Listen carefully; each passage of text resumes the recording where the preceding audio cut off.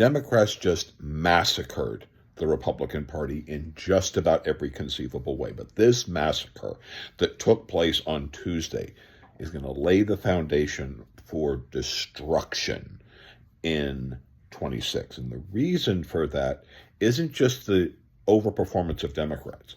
It's this whole thing about their mid-district gerrymandering. It isn't just that California did the Proposition 50 and that passed by almost 2/3 of the vote. But you also got to look over at the states that were preparing and what happened in Virginia and New Jersey.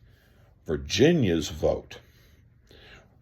was already getting ready to redistrict. That had already passed.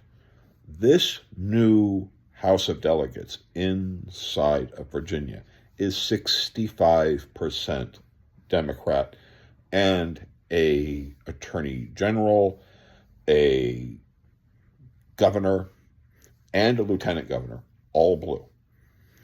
And they will redistrict. And that will be probably one, if not two more, possibly, if they really want to go crazy, three more Democratic seats. So let's just say 5 in California, 2 more in Virginia.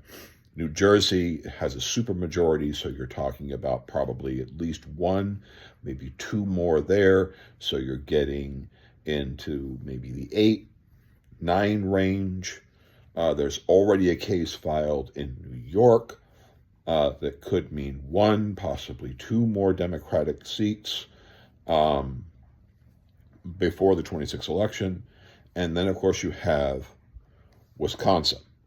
Depends on how fast that court case goes. That could be 2 more seats. So you're talking about 10, 11 or more Democratic seats versus Republicans' efforts to re-gerrymander because they tried to do it first, which was the stupidest thing to do, because Democrats have all of these states with independent redistricting commissions. But the problem is you pissed off all the Democrats, and so what they basically are doing are putting their districts that were not massively gerrymandered in favor of Democrats. They were done by independent redistricting commissions that didn't make it in favor of a Democrat. So these are humongous problems going forward. In addition, they took out the supermajority inside of Mississippi, which Democrats did, which may in fact limit Mississippi's capacity to try to redistrict. These are big issues that will protect against that whole thing of Republican gerrymandering.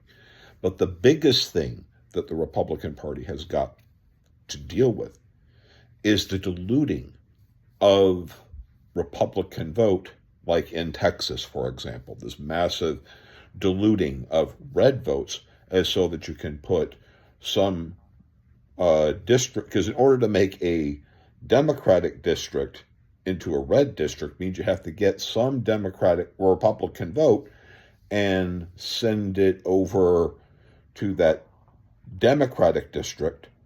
And what you end up doing is you run the risk of diluting the vote to a point where massive voter turnout could overturn those things. And that seems to be what just happened. So what going forward that the Republican Party faces is a massacre. Because the honest truth is there will be another New Kings protest. There are ongoing protests regarding ICE. The Republican Party is out there so desperate that they're literally trying to look at people who are on food assistance and say, please come back to us, please vote for us, because the reason why they need to do that is because, yeah, there are people who are on food assistance in cities, but you know where there are very large numbers of people who are on food assistance? In rural small towns. And the reason why that is because some rural small towns, the biggest employer might just be like the local Walmart or whatever, local grocery store.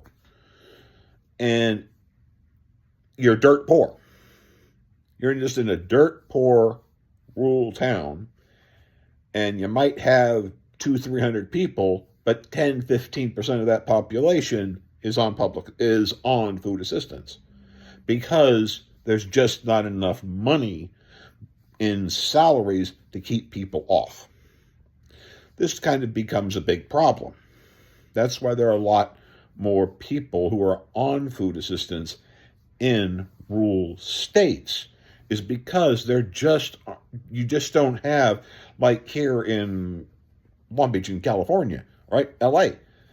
You got the port of freaking Long Beach, which is a humongous employer. And it's not going anywhere because you can't exactly move a port facing China to anywhere else besides of the port of Long Beach. So you have this humongous employer that pays unbelievable salaries.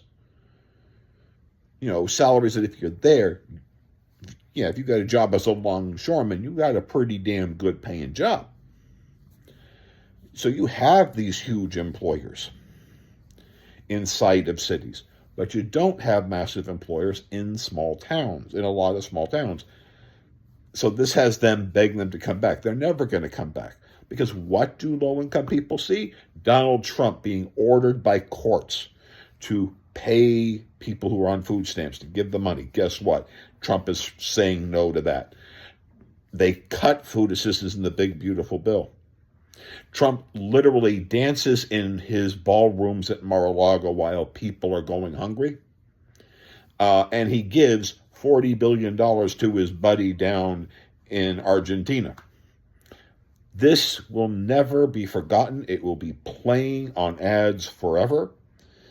The Republican Party has got to go out there and eat a big, terrible sandwich and bring back up and give people back their health care, because if not, those voters who are looking at having 30, 40, 50% and more of their pre-tax income just simply paying for their health insurance.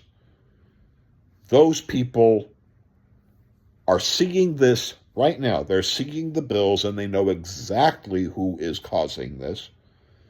And the Republican Party is going to have to bend to that, because if people have 30, 40, 50% of their pre-tax income just paying for their insurance, that didn't exist before them, that will destroy them.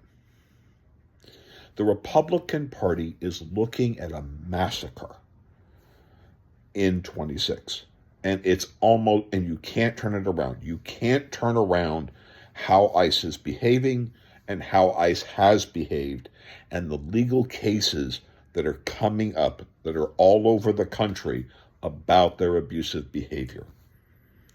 You are just done, GOP, and that's it. And your redistricting bullcrap is not going to save you. It just won't, because of what happened on Tuesday. Bye-bye. Like, share, subscribe.